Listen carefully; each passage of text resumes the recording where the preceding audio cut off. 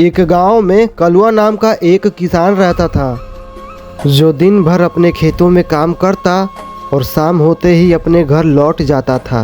एक दिन कलुआ नदी के रास्ते अपने घर लौट ही रहा था, तभी उसने अचानक से देखा एक व्यक्ति नदी में अपने मिट्टी के बर्तन को फेंकता है और नदी से बात करने के बाद उसे एक सोने का बर्तन मिल जाता है, जिसे लेकर वो अपने घर चला जाता है।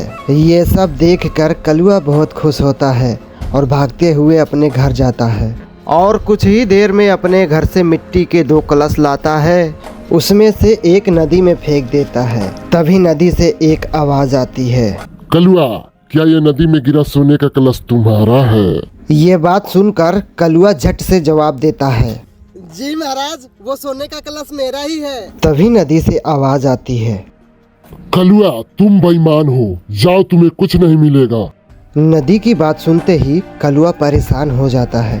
तभी उसे अचानक एक तरकीब सूझती है और अपना एक और कलश वो दोबारा नदी में फेंक देता है।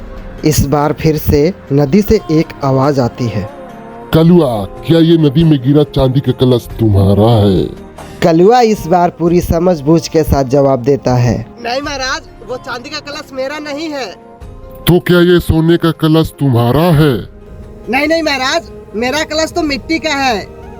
शाबाश कलुआ, मैं तुम्हारी ईमानदारी से बहुत खुश हुआ। नदी की बात सुनते ही कलुआ सोचने लगा, बेटा कलुआ, अब तो तुम्हें ईमानदारी का फल मिलने ही वाला है। ये लो अपना मिट्टी का बर्तन। पर महाराज, ये तो कीचड़ है। मूर्ख, मिट्टी इतनी देर पानी में छोड़ोगे तो क्या होगा? आठ थारी वाहन बिछोड़